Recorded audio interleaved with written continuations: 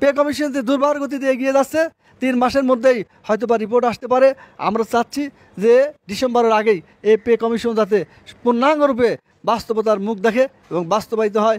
সরকারি কর্মচারী কল্যাণ ফেডারেশনের কেন্দ্রীয় কমিটির নেতৃবৃন্দ আজ বাংলাদেশ সচিবালয়ে আগমন করেছেন একটি মহৎ উদ্দেশ্যকে সামনে নিয়ে। তারা আজ নবম জাতীয় পে কমিশনের সম্মানিত আহ্বায়ক বা সভাপতি বা চেয়ারম্যান মহোদয়ের সাথে সাক্ষাৎ করেছেন। তারা বাংলাদেশ সচিবালয় কর্মকর্তা কর্মচারী সংযুক্ত পরিষদের পক্ষ থেকে ইতিপূর্বে যে 12টি গ্রেডের কথা উল্লেখ করা হয়েছিল, 20টি গ্রেডের পরিবর্তে 12টি গ্রেড পরিবর্তনের সাথে তাদের সহমর্মিতা বা ঐক্যমত পোষণ করে তারা কর্মচারীদের ক্ষেত্রে বিদ্যমান বৈষম্য তথা 20টি গ্রেডের পরিবর্তে 12টি গ্রেড প্রবর্তনের আবেদন পেশ করেছেন। নবম জাতীয় পে কমিশনের মাননীয় সভাপতি মহোদয় তাদের আবেদন বিবেচনা করার জন্য তাদেরকে আশ্বস্ত করেছেন। তাদের সাথে ছিলেন আমাদের শ্রদ্ধেয় ওয়ারিস আলী ভাই, খায়ের আহমেদ মজুমদার, আশফাকুল আশেকিন, ফরিদ আহমেদ, আব্দুল মালেক ভাই।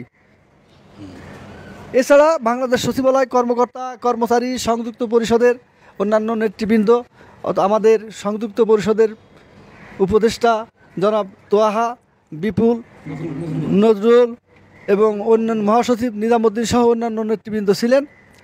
তাদের কথা যে অতীতের পে কমিশনগুলোতে আমাদের যে পূর্বের প্রাপ্ত বিষয়গুলো যেগুলো আমরা এনজয় করে আসছিলাম, অর্থাৎ time scale, selection grade, service benefit সহ অন্যান্য যে সকল বিষয় আমাদের প্রাপ্যতা থেকে বঞ্চিত করা হয়েছে, বর্তমান পে কমিশনের যে স্ট্রাকচার সেই স্ট্রাকচারে এবং সেই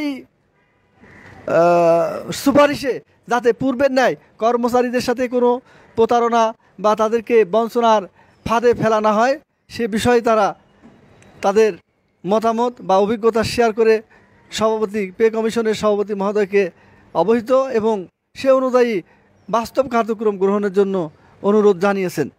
আমরা বাংলাদেশ সচিবালয় তথা সারা বাংলাদেশের প্রশাসনিক কেন্দ্রবিন্দু সচিবালয়ের একমাত্র সংগঠিত সুসংগঠিত সুশৃঙ্খল পরিষদ যারা কর্মচারীদের দাবি দাওয়া এবং প্রাপ্যতা নিয়ে সময় সময় সরকারের সাথে আলোচনায় বসেন এবং শান্তিপূর্ণ উপায়ে সেই সমস্যাগুলোর সমাধান করেন। আজকে আমরা তাদের এই দাবির প্রতি সমন্বিতা এবং ঐক্যমত পোষণ করছি। 20টি গ্রেডের স্থলে 12টি যৌক্তিক গ্রেড প্রবর্তন, আমাদের পূর্বের time scale, selection grade, service benefit সহ অন্যান্য সুবিধাগুলো। এবং আমরা একটা বিষয় খুবই এমফেসাইজ করছি, সেটা হলো যারা পেনশনার অর্থাৎ যারা রিটায়ারমেন্টে আছেন সেসব সিনিয়র কর্মকর্তা বা প্রবীণ কর্মচারী বা জ্যেষ্ঠ কর্মচারীদের তাতে বঞ্চিত করানো হয়। মানুষ যখন অবসরে যায় তখন তার চিকিৎসা খরচ, অন্যান্য খরচ বেড়ে যায়। সেই খরচের প্রতি লক্ষ্য রেখে তাদের অবসরপ্রাপ্ত কর্মচারীদের অর্থাৎ পেনশনারদের প্রতি বিশেষ খেয়াল দেওয়া এবং ন্যূনতম তাদের জন্য চিকিৎসা বাবদ 15,000 টাকা আমরা দাবি করছি। এবং অন্যান্য যারা দীর্ঘদিন পূর্বে মানে অনেক আগে যারা পেনশনে গেছেন তাদের সাথে বর্তমান পেনশনারদের একটা সমতা বা আনুপাতিক হারে তাদের বেতনে যাতে বৈষম্য লাঘব হয় সে বিষয়টিও আমরা পে কমিশনের সভাপতি মহোদয়ের দৃষ্টি আকর্ষণ করছি। এছাড়া বাংলাদেশের 18 লক্ষ কর্মচারীর দাবি দেওয়া বা স্বার্থ সেটাকে গুরুত্ব প্রদান করে সেই দাবি দেওয়াকে শ্রদ্ধা জানিয়ে বর্তমান পে কমিশন কাজ করবেন আমরা সেই আশাবাদ ব্যক্ত করছি। এই পে কমিশনকে যত প্রকার লজিস্টিক সাপোর্ট বা সহযোগিতা আমাদের পক্ষ থেকে দেওয়া সম্ভব আমরা চেষ্টা করব। তবে সারা বাংলাদেশের 18 লক্ষ কর্মচারীকে আমি বিশেষভাবে অনুরোধ করব আপনারা চোখ কান খোলা রাখবেন।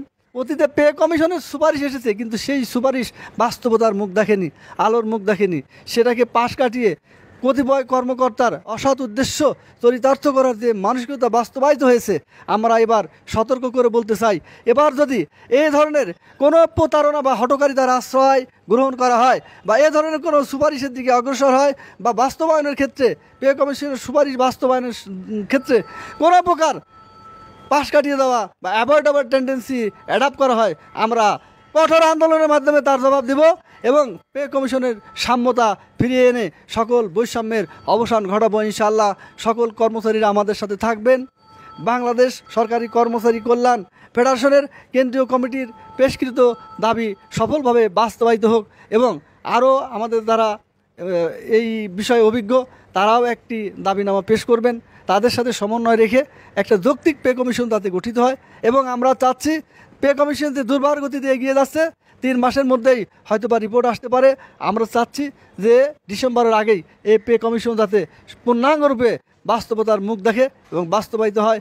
কর্মচারীরা সেই প্রত্যাশা ব্যক্ত করে, আমিও তাদের সাথে সেই প্রত্যাশায় নিজেকে একীভূত করে আমার প্রত্যাশা ব্যক্ত করছি।